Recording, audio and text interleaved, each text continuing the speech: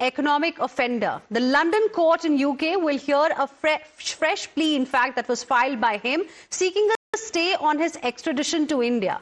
ED and CBI teams are also in London to assist the Crown Prosecution Service to oppose Nirav Modi's plea.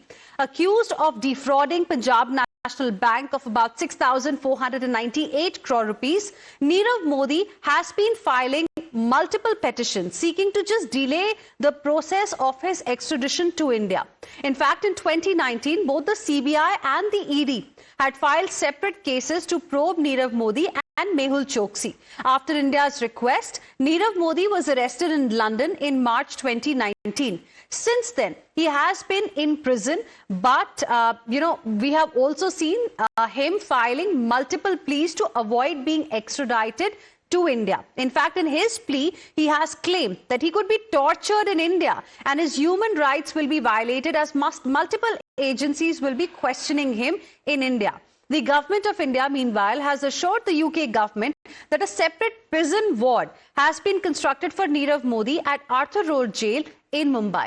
Take a look at this report. In few moments from now, a two-judge bench at the High Court here right behind me will hear Nirav Modi's last-ditch attempt to prevent his extradition to India. Nirav Modi was arrested in March 2019 and since then he has been in prison here in London. All attempts to get out on bail have been unsuccessful because the government of India with the Crown Prosecution Service has been able to build a solid case saying that if granted bail, Nirav Modi can escape. But Nirav Modi has also made a confidential application before the Home Office. What we understand is that that is an application for asylum and that has stalled his extradition even though India has won at all possible legal forums, including here at the High Court. Nirav Modi had appealed the judgment of the Westminster Magistrate Court, which had said that Nirav Modi should be sent to India. The High Court heard his appeal and rejected, saying that there was no reason why Nirav Modi should not go to India. But now Nirav Modi claims that he has some sensational information or some sensational reasons that should prevent his extradition to India.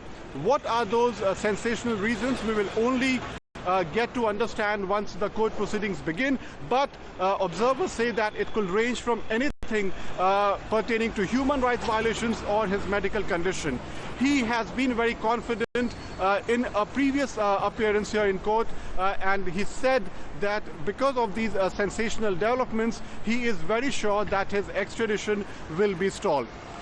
This, as I said, is the last-ditch attempt for Nirav Modi to prevent his extradition because the Westminster Magistrates Court, the trial court, has rejected all the arguments that he had put forward and had found that there was a prima facie case for Nirav Modi to answer, for which he must go to India. We will continue to get you all the details right here from the High Court. This is Danish Khan in London for Times Now. And my colleague Danish is going to be joining us in just a few moments from now to bring us up to speed with the latest. Meanwhile, I'm joined on the broadcast by Dr. Kishlay Pandey, Solicitor, Supreme Court. We also have with us Swapnil Kothari, Senior Lawyer. Thank you very much, both of you gentlemen. Appreciate you joining us here on Times Now. Dr. Pandey, let me begin by asking you, as Danish was telling us that this is perhaps the last effort that is being made by Nirav Modi to avoid extradition to India. But this entire process began in August 2018 when the first extradition request was sent by the Central Bureau of Investigation. It has been 7 years. In 2025 December, we are right now. And what do you really expect from the court today? Well, what we are seeing today is just a teaser. Basic film yet to be released at Strasbourg. What he is preparing is the ground to challenge before the court of European Court of Human Rights. But the problem is that the ground what he has taken so far are not challengeable before the European Court of Human Rights. So suppose if he simply goes to the European Court of Human Rights, they will definitely ask whether you have exhausted all these remedies before the honorable courts below, before magisterial court or before high court. So obviously, single no will ruin his case instantly right then and there. So for that, he has filed this new application, to the best of my understanding, raising new grounds, seeking reopening of the case on the grounds of deteriorating mental condition and the high suicide risk. And these are the grounds basically to be discussed and basically protected in UN Convention and European Convention of Human Rights. So just to prepare them, he is just making this ground before Honorable High Court, and he also knows that he is not going to get any relief. But soon after the rejection, he will go to the best of my understanding, he will go to the court of European Commission of Human Rights, and he will definitely say that I have raised this ground before all the courts below. They have failed to take the cognizance and kindly consider. Obviously, he will not get any substantive relief from that court, but for the time being, he can get injunction. Okay.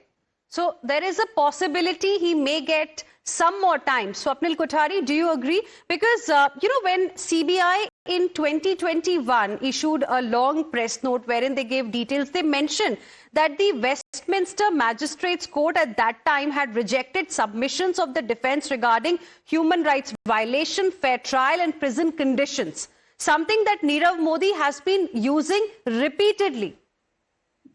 Good afternoon, Hina. You know what's going to happen here is that this plea before the High Court is going to fail.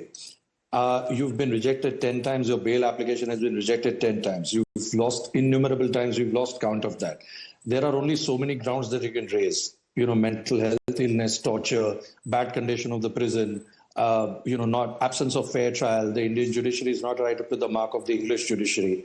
This is all bogus, fictitious arguments that a defense will try to bring it up.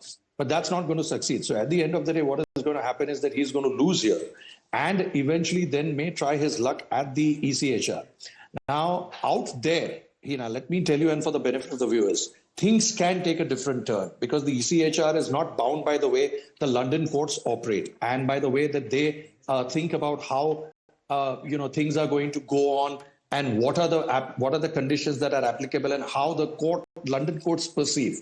So as opposed to the ECHR, the London courts are still in favor and they'll have to follow the precedent that they've been following. So the rule of the precedent saying that, okay, the lower courts have rejected the plea so far, so who are we to sort of upturn it? So, at the end of the day, what is going to happen is that as far as this is concerned, the thing before the ECHR, you are going to have a task there. The prosecution, especially the Crown prosecution, is going to have some task before the ECHR because there the governing principles could be different. Now, I'm not saying that we don't stand a chance. but I would not want to be so optimistic as I am today.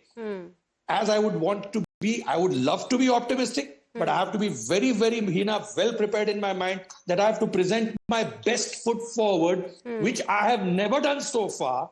And which I have never done in my 10 previous applications or even this today. And I'm going to start afresh with the best possible lawyers that I have and try to put it best possible manner. And not only this, Hina, what's going to happen is that you will have to use diplomatic back channels. Only that is going to eventually have that influence over the ECHR because the Belgium court, the courts in France, the way they operate and the way ECHR is generally borrowed from those jurisdictions, the mindset. Right. I think that's a very interesting view that you gave us.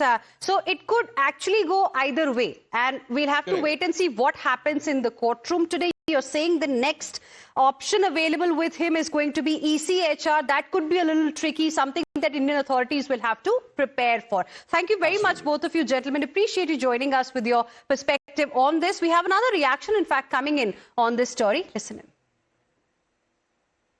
It makes absolutely no sense whatsoever for him to be here. For one thing, if you talk about money, it's been costing the British taxpayer an enormous amount of money to keep him in prison for all of this time. He's caught between the devil and the deep blue sea, really. He clearly doesn't want to stay for another 6 years in British jail. At the same time, he clearly doesn't want to go back to India. That's the last thing that he wants. There's been all sorts of talk from Mr. Modi's side about the conditions in Indian jails, and that's obviously one reason that he's given for why he shouldn't be extradited. But the bottom line is that he doesn't want to go back and actually face trial. I mean, this is the largest fraud in Indian history, the largest commercial fraud in Indian history. It's a very interesting and in many ways a very perplexing situation.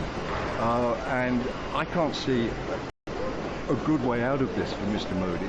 I can't imagine that the British government are going to be happy to just wash their hands of the whole thing and let him free. He still clearly has an enormous amount of money stashed away somewhere. It seems inconceivable to me that he could continue living in Britain, carrying on his diamond business.